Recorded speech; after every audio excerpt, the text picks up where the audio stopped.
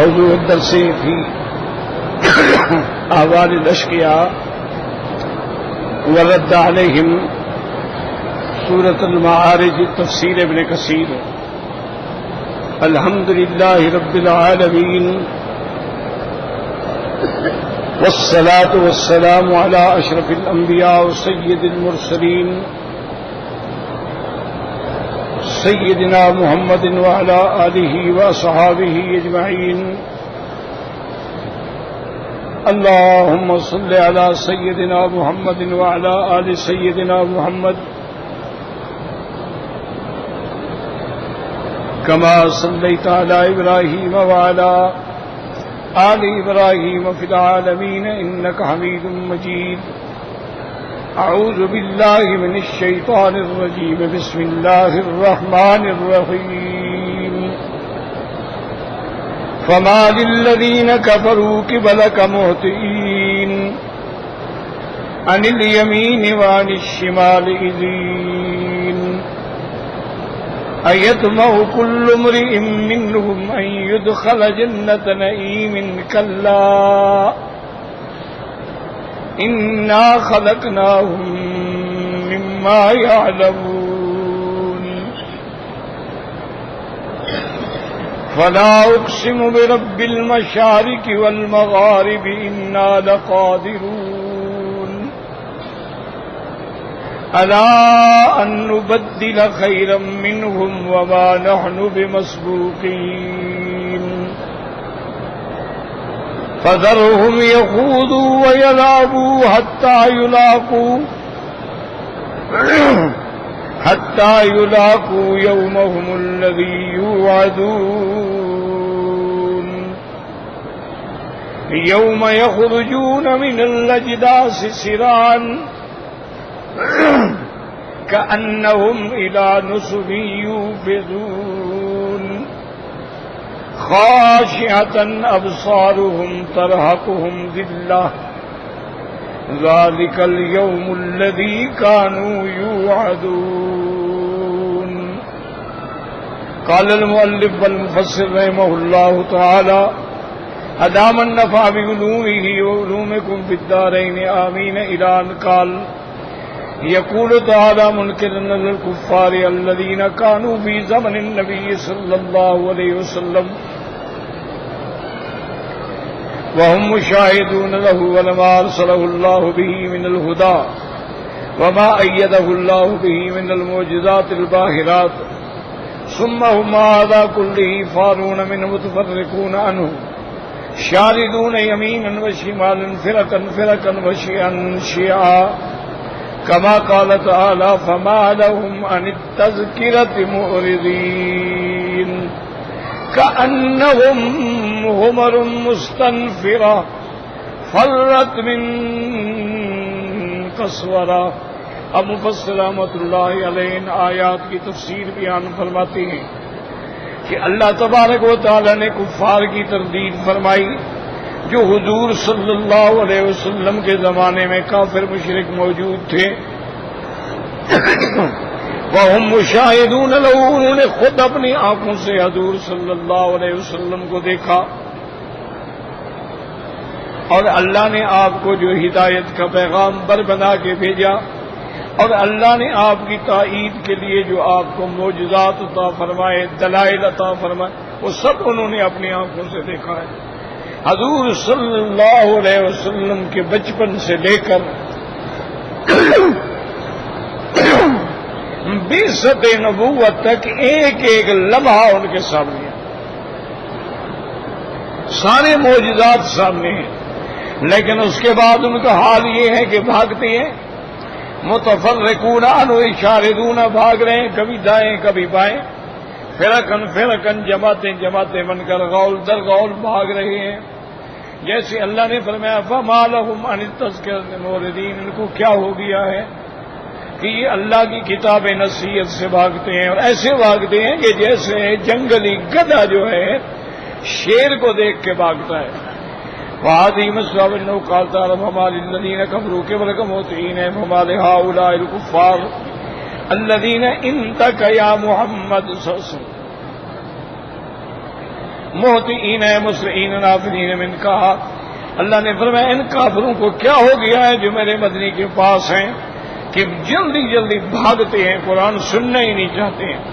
کما قال لكم محطعین منطلقین، بھاگنے والے جانے والے، عن الیمین وعن الشمال اذین، اذین واحد اعضاء متفرقین، یعنی ایسے پھوٹتے ہیں غول در غول، وهو حال من محطعین فی حال تفرق و اختلافهم، كما قال الامام احمد رحمہ اللہ تعالی فی اہل الاہواء فهم مخالفون الکتاب مختلفون فی الکتاب متفقون علی مخالفت الکتاب، جیسے کہ امام احمد رحمۃ اللہ علیہ نے ارشاد فرمایا ہے، یہ اہل اہواء جو ہوتے ہیں اپنی خواہشات کی پیچھے چلنے والے، یہ اللہ کے قرآن کے مخالف ہیں اور قرآن کے اندر خود بنانا چاہتے ہیں، اور اس بات پہ متفق ہیں کہ اللہ کے قرآن کی مخالفت کریں۔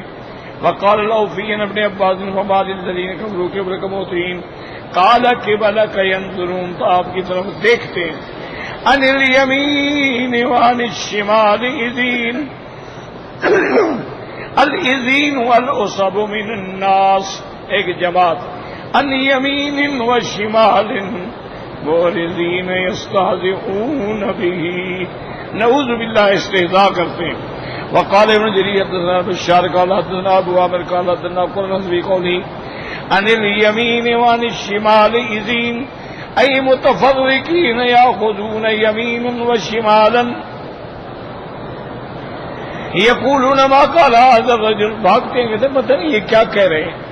وقال قتادہ محطعین عامدین عن الیمین الشمال اذین فرقا حول النبی صلی اللہ علیہ وسلم فی کتاب اللہ ولا فی نبی صلی اللہ علیہ وسلم، یہ نہ تو ان کو اللہ کے قرآن کی غرض ہے نہ اللہ کے نبی کی غرض۔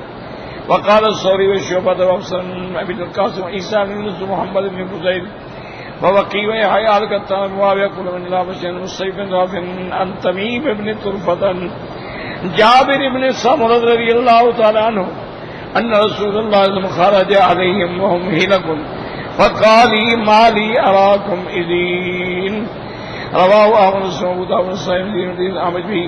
وقال ابن حدثنا محمد بشار قال حدثنا محمد قال عبد الملك بن عمیر ان نبی سلمۃ نبی رضی اللہ تعالی عنہ ان رسول اللہ خرج علی اصحابہ ہلک، وہ ٹکڑے ٹکڑے بنا کے بیٹھے تھے۔ فقال ما لی اراکم اذین، کیوں متفرق بیٹھے ہو؟ وهذا اسناد جيد ولم اروا شيئا كتب الشتات وجيه۔ وقوله تعالى يطمع كل امرئ منهم ان يدخل جنة نعيم كلا ان يطمع هؤلاء ولا تعظم ظالم رسول الله ان يدخلوا جنات النعيم۔ اللہ نے فرمایا دیکھو میرے نبی سے بھاگتے ہیں، نفرت کرتے ہیں اور پھر تمنا کرتی ہیں کہ ان کو جنت میں داخل کیا جائے گا، ہرگز ایسا نہیں ہوگا، بل ماواہم جہنم، ان کا ٹھکانہ جہنم ہے۔ ثم قال تعالی مقررا وقوع المعاذ بهم الذي انكروا قوله واستبعدوا وجوده مستدل عليهم بالبدعات التي الإعادة امر منها وطالبون بها۔ اب اللہ تبارک و تعالی نے فرمایا یہ جو بھاگ رہے ہیں، انکار کر رہے ہیں کہ قیامت کیسے ہوگی، تو اللہ نے دلیل ذکر فرمائی کہ جو پہلے پیدا کرنے پہ قادر ہے وہ دوبارہ بھی تمہیں بنانے پہ قادر ہے۔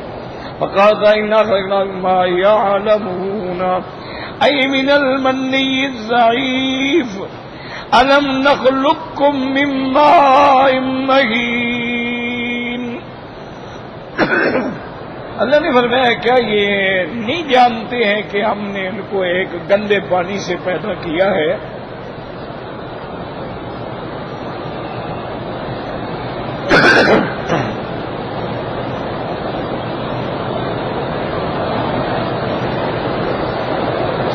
ایک تو میں نے کل مسئلہ عرض کیا تھا، اس کو اچھی طرح سے سمجھ لیں کہ قیامت بھی یہ حق ہے، اور اس سے پہلے قبر، عذاب قبر، سوال قبر، فتنہ قبر، نعیم قبر، یہ سب حق ہے۔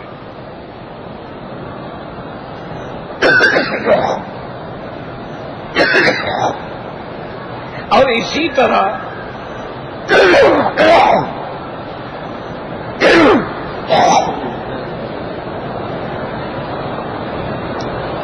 میدان محشر میں اکٹھا ہونا، نامہ اعمال کا تقسیم ہونا، اعمال کا میزان ہونا، پل صراط پہ گزرنا، یہ سب حق۔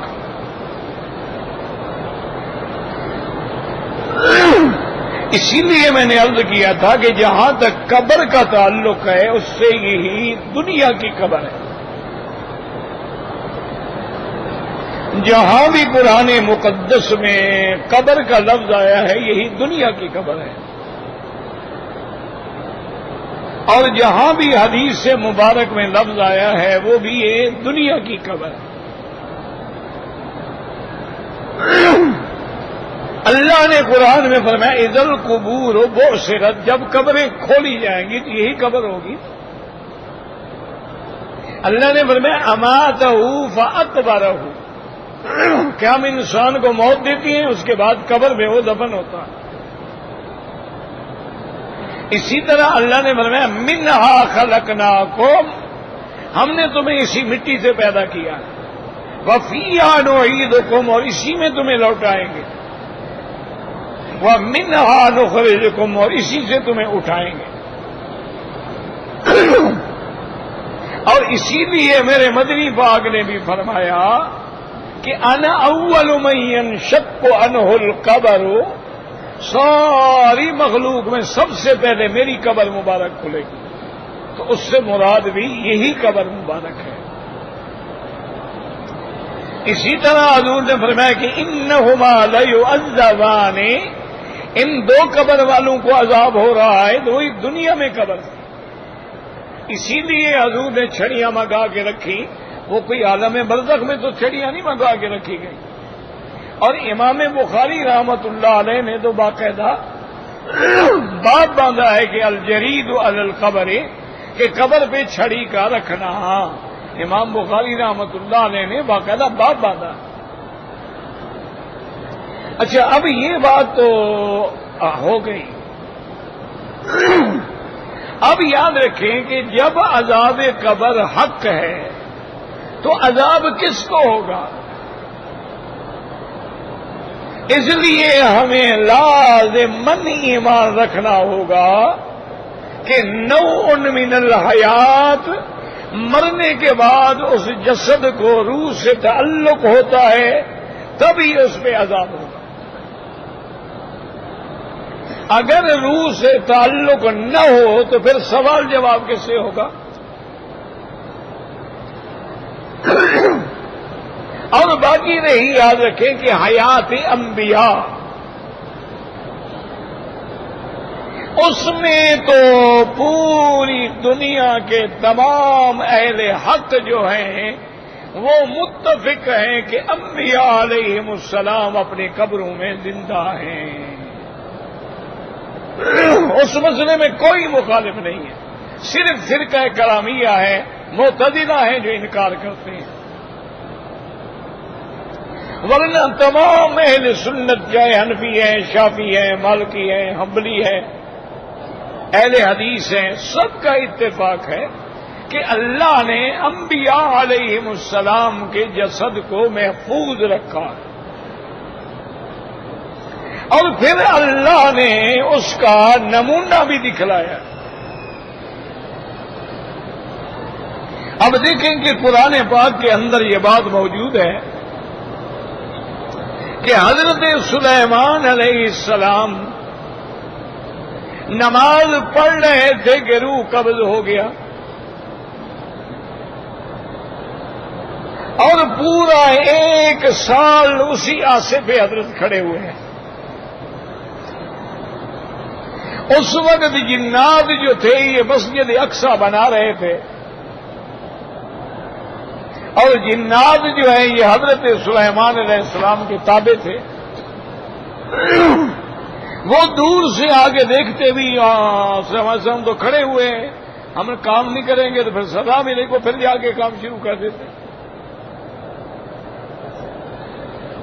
ایک تو اللہ نے اس میں مسئلہ حل کیا کہ جو جاہل کاہن اور جاہل راہب پنڈت جوگی یا جو بھی کہتے ہیں ہمارے جنات تابع ہیں اور ہم غیب کی خبریں دیتے ہیں، وہ جنات ہمارے لیے خبریں لے آتے ہیں۔ اللہ نے فرمایا جنوں کو تو اپنی بھی خبر نہیں ہے۔ اللہ کانوا یعلمون الغیب، اگر جنات کو علم غیب ہوتا تو 1 سال تک تو پتھر نہ اٹھاتے رہتے ہیں، وہ تو جان لیتے نا کہ سلیمان علیہ السلام تو فوت ہو گئے، ان کو تو یہ بھی پتہ نہیں سامنے سلیمان علیہ السلام کھڑے ہیں۔ اب خدا کی شان دیکھیں کہ اللہ نے دیمک کو حکم دیا کہ تم لکڑی کو کھانا شروع کرو۔ یہ باریک باریک دیمک ہوتی ہیں جو لکڑی کو کھا جاتی ہیں۔ اس نے حضرت سلیمان علیہ السلام کی لکڑی کو کھانا شروع کیا۔ اچھا، جب لکڑی نیچے سے کمزور ہو گئی تو قرآن کہتا ہے کہ خرّ، حضرت سلیمان علیہ السلام زمین پہ گرے۔ تبینت الجن، اب جنوں کو پتہ لگا کہ حضرت سلیمان تو فوت ہو گئے۔ اب مسئلہ سمجھیں جو سمجھنے والا ہے، اللہ کرے کہ آپ کی سمجھ آ جائے اور اللہ مجھے سمجھانے کی توفیق بھی دے۔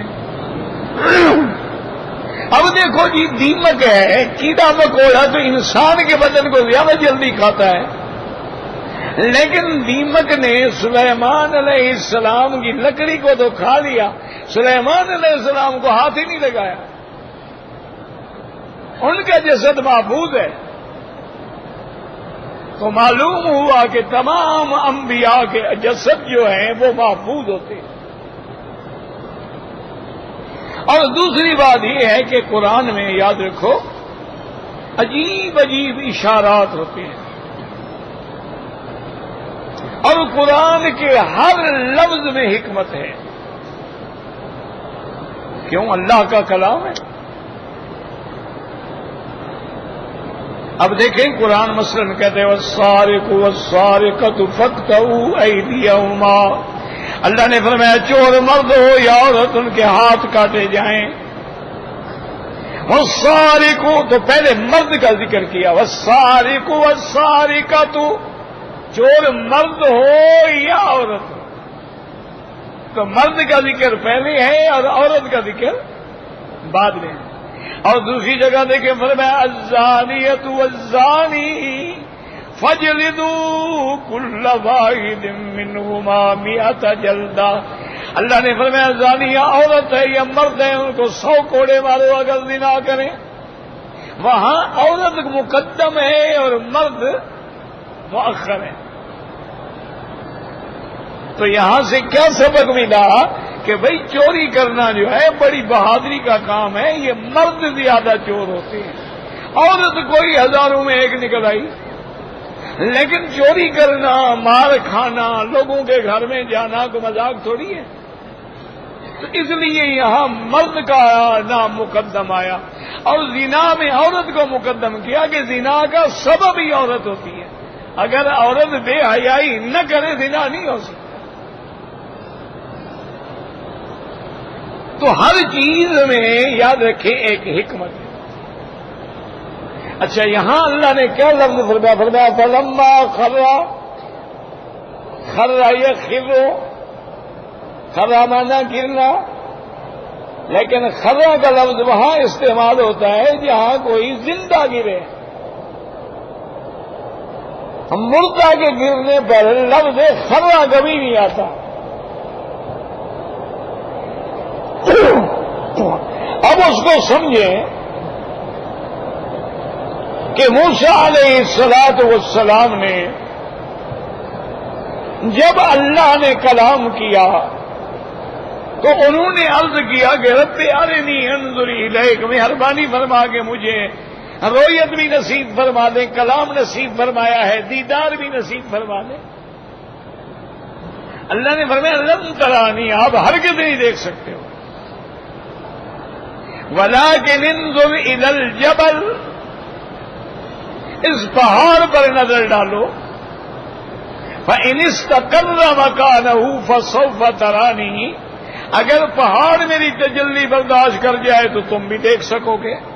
فَلَمَّا تَجَلَّىٰ رَبُّهُ لِلْجَبَلِ جَعَلَهُ دَكًّا فَخَرَّ مُوسَىٰ صَعِقًا، اللہ نے جب تجلی ڈالی اس پہاڑ پہ، پہاڑ ریزہ ریزہ ہو گیا۔ فَخَرَّ مُوسَىٰ، موسیٰ علیہ السلام بے ہوش ہو کے گر گئے۔ تو لہٰذا لفظ کیا ہے؟ خرّا۔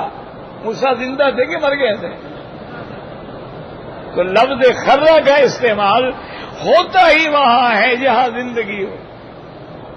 سمجھ آ رہی ہے؟ اسی طرح حضرت داؤد علیہ السلام کے بارے میں فَخَرَّ رَاكِعًا وَأَنَابَ، کہ موسیٰ علیہ السلام حضرت داؤد رکوع میں گر گئے۔ اسی طرح اللہ نے فرمایا جو میرے مومن بندے ہیں یخرون للاذقان، جب میرا نام آتا ہے، میری عظمت کی آیت آتی ہے تو سجدے میں گر جاتے ہیں۔ اسی طرح اللہ نے حضرت یوسف کے بارے میں فرمایا فخروا له سجدا، کہ جب حضرت یوسف علیہ السلام کے والدین آئے تو سجدے میں گر پڑے۔ زندہ تھے کہ مردہ تھے؟ تو سارے قرآن میں آپ دیکھ لیں کہ لفظ خرّا یخرو یخرون خرو سجدن خر راکعا زندہ کے لیے ہے، وہی لفظ سلیمان علیہ السلام کے لیے ہے۔ تو معلوم ہوا کہ ان کے موت کے بعد بھی اللہ نے ان کو حیات دی تھی۔ تب اللہ نے فرمایا فلما خر تبینت الجن ان لو كانوا يعلمون الغیب ما لبثوا في العذاب المہین۔ ایک بات یاد۔ دوسری بات قرآن میں ہے، اللہ نے خطاب فرمایا اپنے حبیب کو وَاسْأَلْ مَنْ أَرْسَلْنَا مِنْ قَبْلِكَ مِنْ رُسُلِنَا، اللہ نے فرمایا میرے مدنی آپ سے پہلے جو رسول گزرے آپ ان سے پوچھ لیں۔ بھئی وہ تو گزر گئے، کیسے پوچھ لیں؟ یعنی حضور کے درمیان میں اور حضرت عیسیٰ علیہ السلام کے درمیان میں 600 سال کا فاصلہ ہے۔ موسیٰ علیہ السلام میں اور حضرت محمد مصطفیٰ صلی اللہ علیہ وسلم کے درمیان میں 1200 سال کا فاصلہ ہے۔ تو کیسے پوچھ لیں جی؟ وَاسْأَلْ مَنْ أَرْسَلْنَا مِنْ قَبْلِكَ مِنْ رُسُلِنَا، جو پہلے رسول گزرے ہیں میرا مدنی آپ پوچھیں ان سے۔ کیسے پوچھیں جی؟ وہ تو مر گئے۔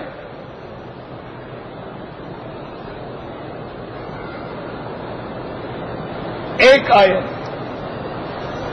دوسری آیت میں اللہ فرماتے ہیں وَلَقَدْ آتَيْنَا مُوسَى الْكِتَابَ فَلَا تَكُنْ فِي مِرْيَةٍ مِّن لِقَائِهِ، میرا مدنی ہم نے موسیٰ علیہ السلام کو بڑی عظیم الشان کتاب دی ہے، آپ ان کی ملاقات میں شک نہ کریں، آپ کی ملاقات ہوگی۔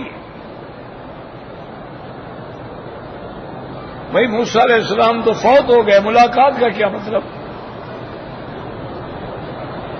اللہ نے قرآن میں جیسے اپنی ربوبیت کا عہد لیا ہے،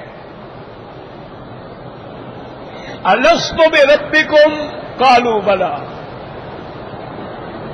اللہ نے میرے مدنی کے لیے بھی عہد لیا وَإِذَا أَخَذَ اللَّهُ مِيثَاقَ النَّبِيِّينَ، اللہ نے تمام انبیاء سے عہد لیا مَا آتَيْتُكُم مِّن كِتَابٍ وَحِكْمَةٍ ثُمَّ جَاءَكُمْ رَسُولٌ مُصَدِّقٌ لِّمَا مَعَكُمْ لَتُؤْمِنُنَّ بِهِ وَلَتَنصُرُنَّهُ، اللہ نے فرمایا سارے وعدہ کرو، ایک رسول آئے گا جو تم سب کی تصدیق کرے گا، اور جب وہ آئے تم اس پہ ایمان لے آؤ اور اس کی مدد بھی کرو۔ تو اللہ تو جانتے تھے کہ محمد عربی تو سب کے بعد میں آئیں گے، ان کے زمانے میں تو حضور آئیں گے نہیں، پھر ایمان لانے کا کیا مطلب؟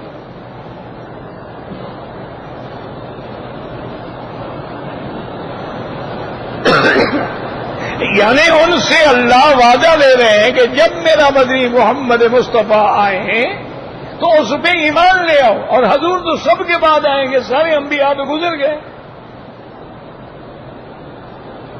تو آپ پر ایمان لانے کا مطلب کیا ہوا؟ کیسے ایمان لائیں گے؟ تو اس لیے اس مسئلے کو بھی اللہ نے حل کر دیا کہ لیلۃ المعراج میں تمام انبیاء کو مسجد اقصی میں بیت المقدس میں کھڑا کر دیا. میرے مدنی سے ملاقات بھی ہو گئی اور ان کو میرے مدنی کا مقتدی بنا کے محمد مدنی کو امام بنا دیا. اب سب نے آپ کی اقتداء میں نماز پڑھی کہ نہیں پڑھی؟ جب مقتدی بن گئے تو حضور کی نبوت میں ایمان لے آئے. اور اسی طرح جب عیسیٰ علیہ السلام بھی اتریں گے تو وہ بھی فرمائیں گے کہ میں اس وقت نبی کی حیثیت میں نہیں ہوں بلکہ میں امتی اور مقتدی ہوں محمد مصطفیٰ کا صلی اللہ علیہ وسلم. تو اب یہ نکاح ہو گیا، ملاقات ہو گئی، امام الانبیاء بن گئے، تو یہ سارا ایک تخیل تھا، خیال تھا، یعنی اس میں کوئی حقیقت نہیں تھی. نعوذ باللہ، یعنی قرآن حدیث میں ڈرامہ ہے. بھئی حضور جو امام الانبیاء ہیں یہ حقیقت ہے یا صرف ڈرامہ ہے؟ اور اگر یہ حقیقت ہے تو مردے کیسے نماز پڑھتے ہیں؟ مردوں کا مقتدی بن جانا کیا مطلب؟ تو معلوم ہوا کہ انبیاء کے اندر کوئی حیات ہے، اسی حیات کی وجہ سے نکاح ہے، اور وہ نکاح زمین پہ بھی ہے اور پھر آسمانوں میں بھی ہے.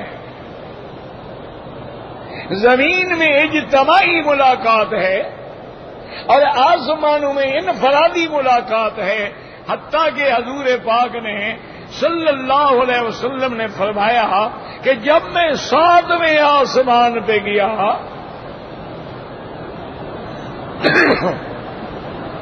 میں نے دیکھا کہ وہاں ایک گھر بنا ہوا ہے اور اس گھر سے ایک بندہ پشت لگا کے بیٹھے ہیں اور آگے بھی بچے ہیں اور پڑھ رہے ہیں. اور آپ نے فرمایا وہ جو بندہ ٹیک لگا کے بیٹھا تھا ایسا منور چہرہ تھا اور سینے مبارک تک داڑھی تھی. حضور نے فرمایا میں اس کی شکل کیا بیان کروں، بس یوں دیکھ لو جیسے میری شکل ہے نا اسی طرح شکل تھی.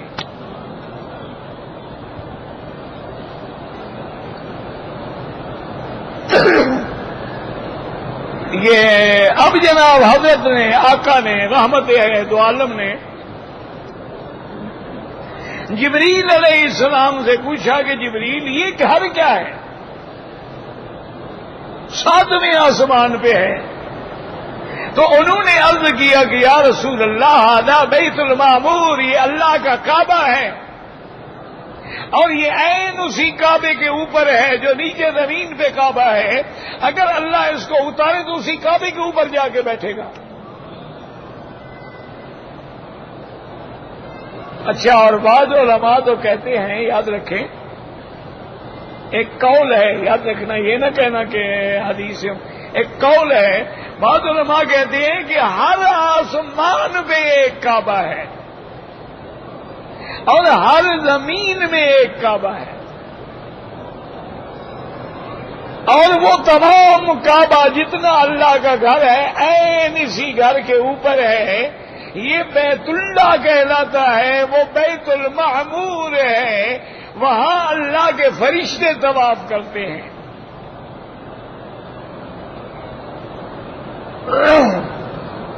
حضور نے فرمایا کہ من ھذا الرجل.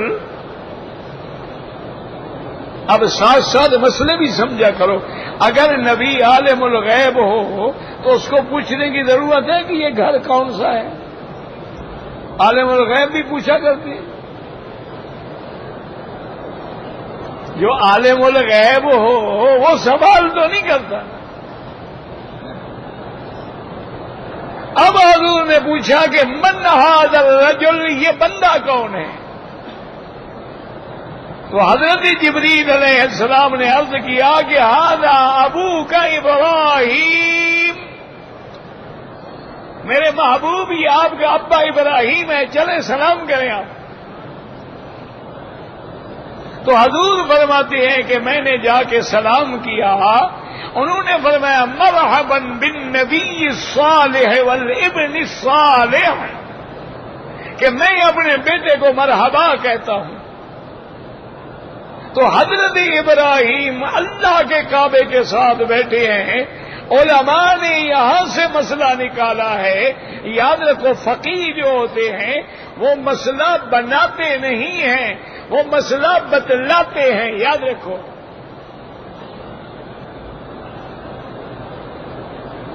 انہوں نے مسئلہ بتلایا، کیا مسئلہ بتلایا؟ ایک مسئلہ یہ بتلایا کہ ابراہیم علیہ السلام پشت لگا کے بیٹھے تھے، تو مسئلہ ہو گیا کہ اگر کوئی کعبے کو پشت کرے تو کوئی حرج نہیں ہے، اگر اس کے دل میں اہانت نہیں ہے تو کوئی حرج نہیں۔ اور دوسرا مسئلہ یہ نکالا کہ چونکہ دنیا میں جو کعبہ ہے اس کی بنا بھی ابراہیمی ہے، اللہ نے اس بنا کا بدلہ دیا کہ وہاں بھی اپنے کعبے کے ساتھ بٹھا دیا۔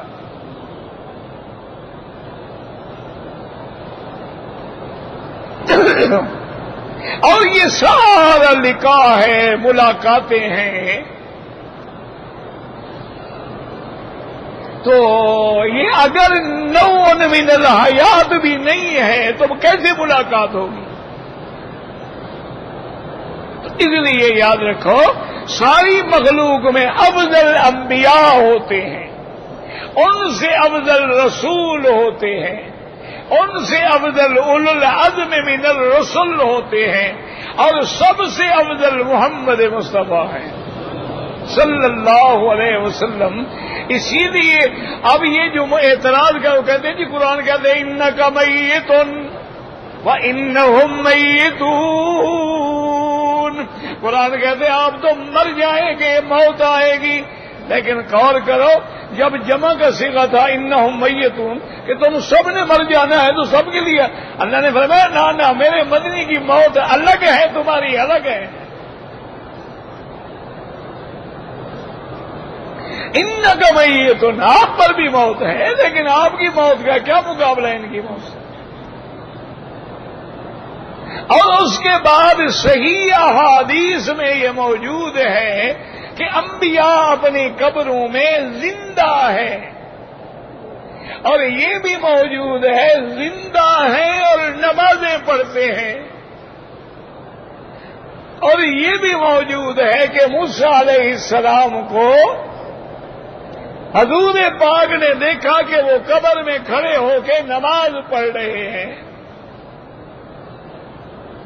تو اس لیے ہمیشہ یاد رکھیں کہ سب سے اعلیٰ حیات یہ تو کوئی شبہ نہیں کہ وہ عالم برزخ ہے، وہ عالم دنیا نہیں ہے۔ یعنی کیا مانا؟ آج اگر کوئی آدمی خواب میں حضور پاک کی زیارت کر لے وہ صحابی نہیں بن جائے گا، وہ عالم دنیا کی حیات کے احکام ختم ہو گئے۔ اگر انبیاء اپنی قبروں میں نماز پڑھیں گے وہ احکام والی نماز نہیں ہے، وہ تلذذ ہے، بلکہ انبیاء کی تو بڑی شان ہے نا۔ اسی طرح آتا ہے کہ جب بندہ قبر میں ہوتا ہے تو کبھی کبھی ایسے آنکھیں ملتے ہوئے اٹھتا ہے اور ایسا منظر ہوتا ہے کہ سورج ڈوب رہا ہے، وہ کہتا ہے دعونی بھی مجھے چھوڑ، نماز تو پڑھنے دو مجھے۔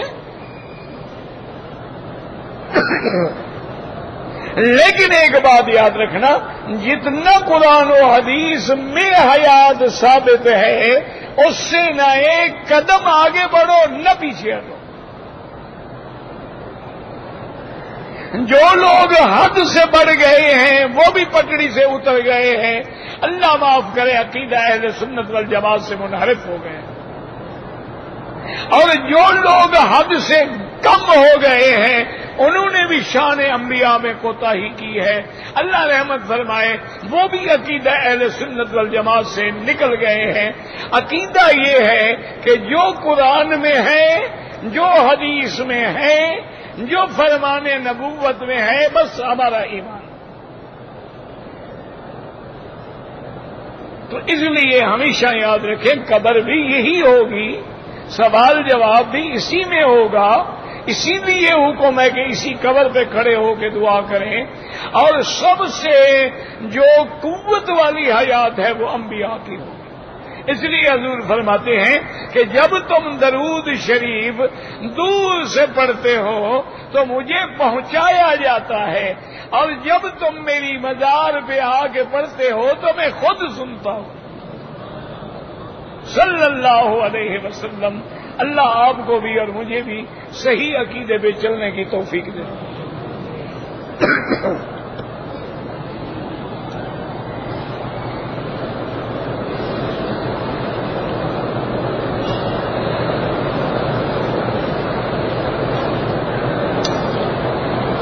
کہتے ہیں جی کہ حضور نے فرمایا ہے کہ جو آدمی اپنی بیوی سے اچھا برتاؤ کرے گا وہ جنت میں مجھ سے آگے ہوگا. یہ حدیث ہم نے تو نہیں پڑھی جناب، آپ نے پتہ نہیں کہاں سے پڑھ لی. ذرا مہربانی کرو نا، وہ حدیث نقل کرو، لفظ نقل کرو. کس کتاب کی حدیث؟ ویسے اگر ہو بھی حدیث میں، ویسے حدیث میں نہیں ہے. بفرض محال اگر کوئی حدیث ہے، ورنہ ہمارا ایمان ہے کہ سب سے اول جنت میں جانے والے کون ہیں؟ اچھا، ایک عاشق سے کسی نے پوچھا، مولوی سے نہیں. مولوی اور عاشق میں فرق ہوتا ہے نا. ہمارے جیسے جو مولوی ہیں نا، ان میں اور عاشق میں بڑا فرق. عاشق جان دیتا ہے، مولوی تو کھاتا ہے. تو دونوں میں فرق ہے. کسی نے پوچھا کہ جنت میں پہلے کون جائے گا؟ اس نے کہا بلال جائے گا رضی اللہ. اچھا، وہ حیران ہو گیا. اس نے کہا کیا کہہ رہے ہو حضرت؟ بلال تو خادم ہے. انہوں نے کہا شریف آدمی خادم آگے نہیں ہوتا مخدوم کے. تو خادم ہی تو آگے ہوتا ہے نا سواری کے. تو پہلے تو پھر خادم ہی قدم رکھے گا نا. غار میں بھی تو پہلے خادم گیا ہے، مخدوم تو بعد میں گیا ہے. غار میں پہلے ابو بکر گیا ہے کہ نہیں؟ تو ابو بکر خادم ہے کہ نہیں ہے؟ حضور مخدوم ہے نا. اور یہاں سے بھی علماء نے ایک بڑا اچھا مسئلہ بیان کیا ہے. انہوں نے فرمایا پہاڑوں کی غاروں میں، دنیا کی غاروں میں جب تک ابو بکر نہ جائے محمد نہیں جاتا. تیرے دل کی غار میں بھی جب تک ابو بکر نہ جائے محمد مصطفیٰ نہیں جائے. صلی اللہ علیہ وسلم. پہلے ابو بکر پہ ایمان لاؤ، ورنہ حضور نہیں آئیں گے. تو اس لیے ہمیشہ ہے. پہلے تو یہ حدیث ہی نہیں ہے. اگر ہو تو مانا پھر یہی ہوگا خادم کی حیثیت.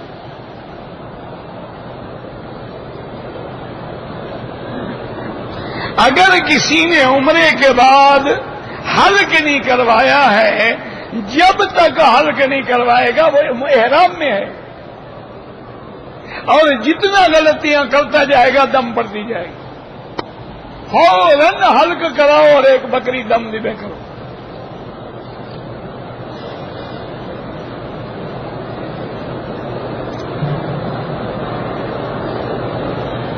میرے 3 بیٹے ہیں، میں 2 بیٹوں کے پاس رہتا ہوں، لیکن اپنی جائیداد تیسرے بیٹے کو بھی دوں گا. ہر حال میں دیں گے، نہیں دیں گے تو جہنم میں جائیں گے.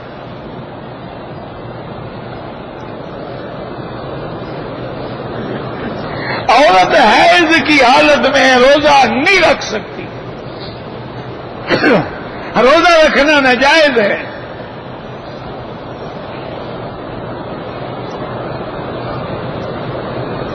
غار ہرا پہ یا غار ثور پہ چڑھنا کوئی سنت نہیں ہے. اگر کوئی جاتا ہے زیارت کے لیے کوئی حرج نہیں، لیکن یہ نہیں کہ اس کو سنت بنا دو کہ حضور نے حکم دیا ہے کہ چڑھو. اور حضور تو مجبوری کی وجہ سے تشریف لے گئے.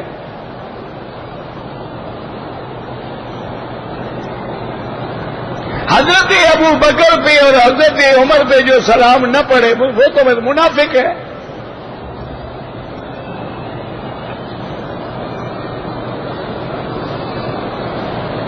عورت اگر مسجد الحرام میں نماز پڑھ سکتی ہے تو ہر مسجد میں پڑھ سکتی ہے، یہ تو کہیں منع نہیں ہے. آپ اپنے مسجدوں میں جگہ بنائیں عورتوں کے لیے.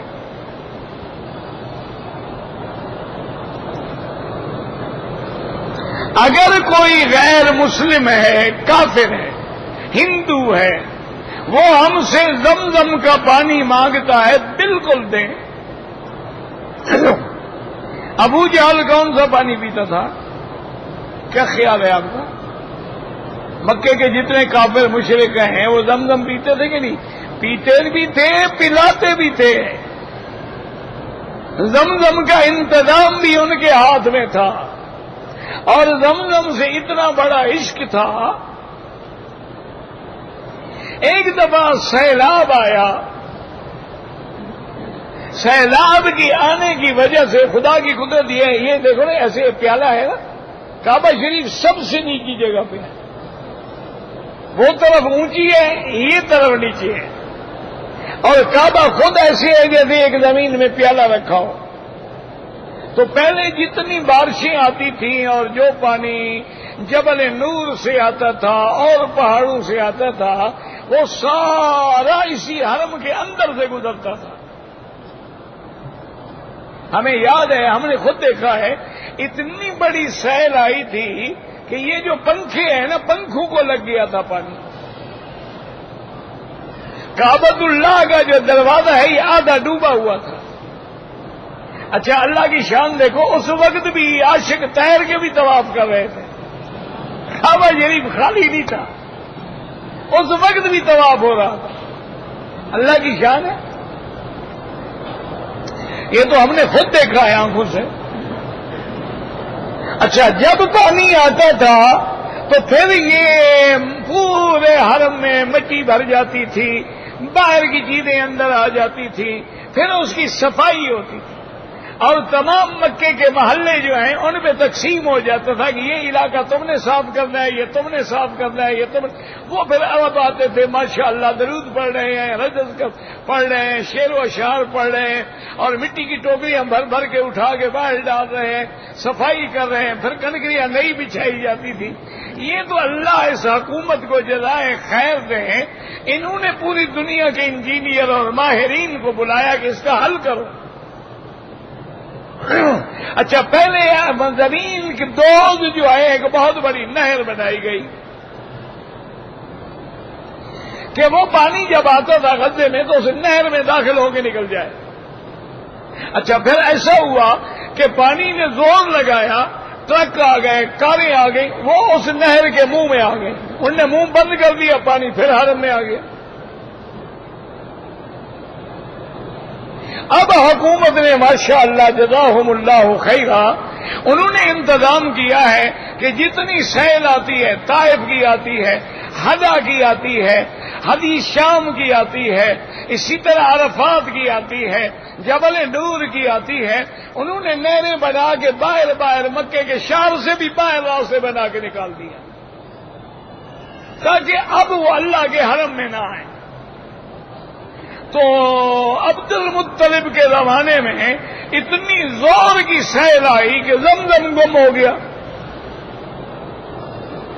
سیل آئی نا جی، وہ چشمے جو تھے گم ہو گئے. اب عبد المطلب نے ایک منت مانی.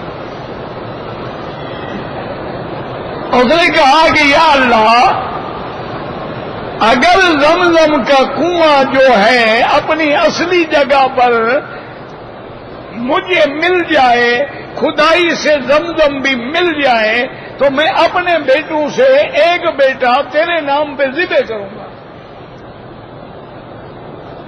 قربانی دوں گا. تو ان کو تو زمزم اتنا پیارا تھا. بہرحال وہ زمزم ان کو مل گیا. پھر انہوں نے عبداللہ کو بھی ذبح کرنا چاہا لیکن قریش نے روک دیا اور 100 اونٹ جو ہے اس کے بدلے میں ذبح کیا گیا. اسی لیے دیت کی قیمت جو ہے وہ 100 اونٹ ہے. آج بھی وہی 100 اونٹ ہے، یعنی جو 100 اونٹ کی قیمت ہوگی وہ دیت ہے. تو اس لیے آپ زمزم دیں، بالکل دیں. ہندو ہے، سکھ ہے، کوئی ہے، ان کو زمزم، بلکہ آپ تو اس نیت سے دیں کہ یا اللہ اس زمزم کی برکت سے اس کے دل کے اندر اسلام ڈال دے.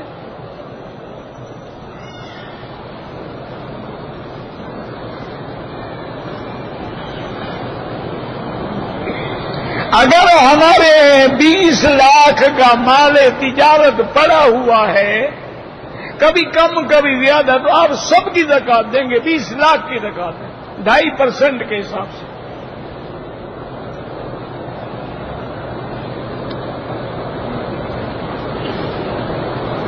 قرآن مجید کی ہر آیت پر بسم اللہ نہیں، ابتدائے سورت میں بسم اللہ پڑھی جاتی ہے.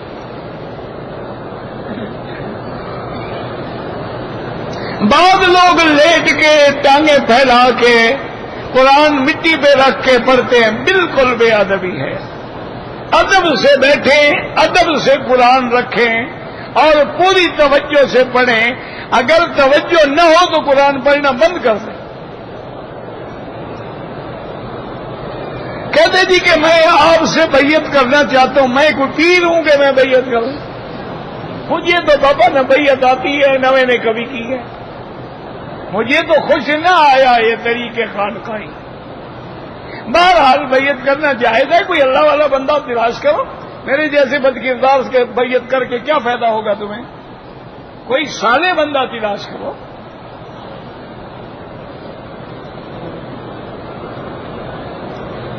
اگر طواف میں بھول گیا، شاید 6 چکر ہے، اللہ قبول کرے گا.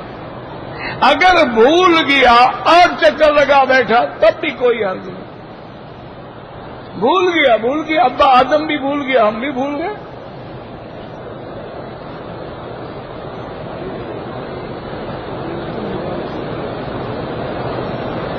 میری دعا کریں اللہ کام ہو جائے. اگر میرا کام ہو گیا تو پھر میں خیرات کروں گا. اللہ سے کاروبار کرنا چاہتے ہیں تم خیرات کرو، اللہ سے مانگتے رہو، اس کی مرضی تیرا کام کر دے نہ کر دے.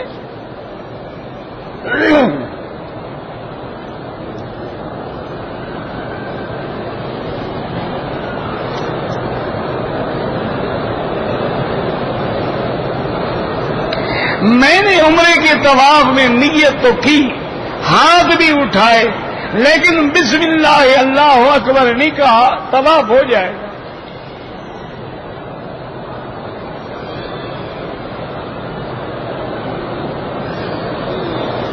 اگر ہم دنیاوی تعلیم بھی دیں اور دینی بھی، بالکل اچھی بات ہے. بلکہ اب تو الحمدللہ ہمارے اپنے جو مدارس ہیں ان کے اندر بھی باقاعدہ دینی تعلیم بھی ساتھ ہے، دنیاوی تعلیم بھی ساتھ ہے.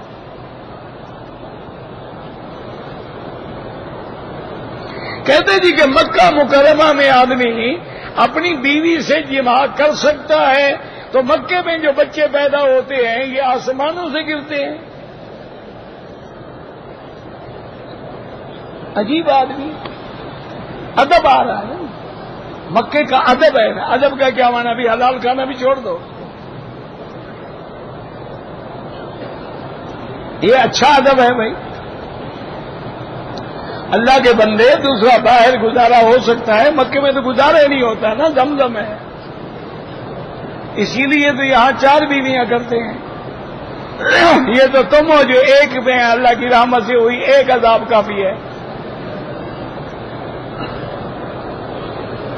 اگر 15 دن سے ہمیں کم رہنا ہے اور ہم عمرہ کرنا چاہیں، بھائی چاہے آپ نے 2 دن بھی رہنا ہو، عمرہ نفلی عبادت ہے، کرو مرضی نہ کرو مرضی. جو ہمارے رشتہ دار فوت ہو گئے ہیں ان کے لیے عمرہ کر سکتے ہیں، حج کر سکتے ہیں. اگر آدمی کے چپل گم ہو جاتے ہیں، اس نے چپل بیگ میں رکھے ہیں اور بیگ لٹکایا ہے طواف میں، کوئی حرج نہیں۔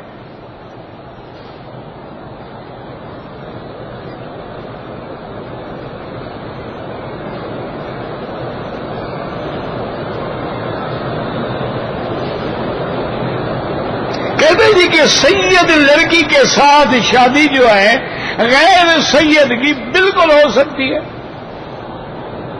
یہ تو علماء نے ایک ادب لکھا ہے کہ بھئی کفو برابر ہو تاکہ کل کو لڑکی یا لڑکا اعتراض نہ کرے، ورنہ حضور نے اپنی بیٹی حضرت عثمان کو دی ہے، حضرت عثمان سید ہیں، وہ تو بنو امیہ سے ہیں۔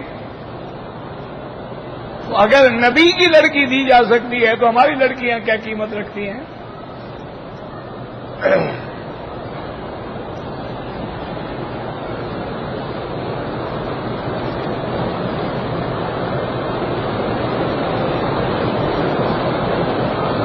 نہیں، بالکل انشاءاللہ آپ سندھ سے ہیں، میرے بھائی ہیں۔ میں ہمیشہ پاکستان کے لیے بھی، ہندوستانی مسلمانوں کے لیے بھی، سب کے لیے الحمدللہ دعائیں کرتا ہوں اور انشاءاللہ کرتا رہوں گا۔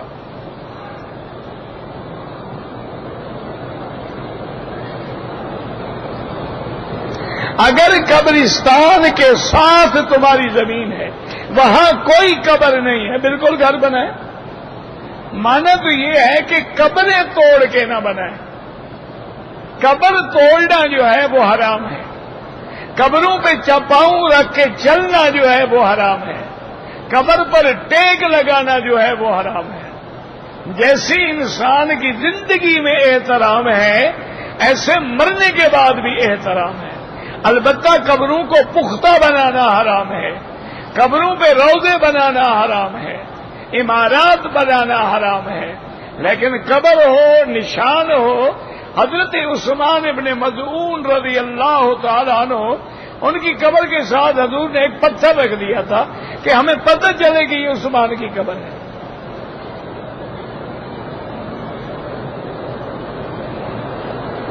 بہرحال قبرستان بوسیدہ ہو گیا، پرانا ہو گیا، قبرستان میں آپ گھر نہیں بنا سکتے۔ قبرستان کے ساتھ جو خالی جگہ ہے، اگر وہاں کوئی قبر نہیں ہے، آپ گھر بنا سکتے ہیں، بالکل بنائیں۔ اور ویسے میرا مشورہ یہ ہے کہ قبرستان کے ساتھ بھی نہ بناؤ اور قبروں پر بھی نہ بناؤ۔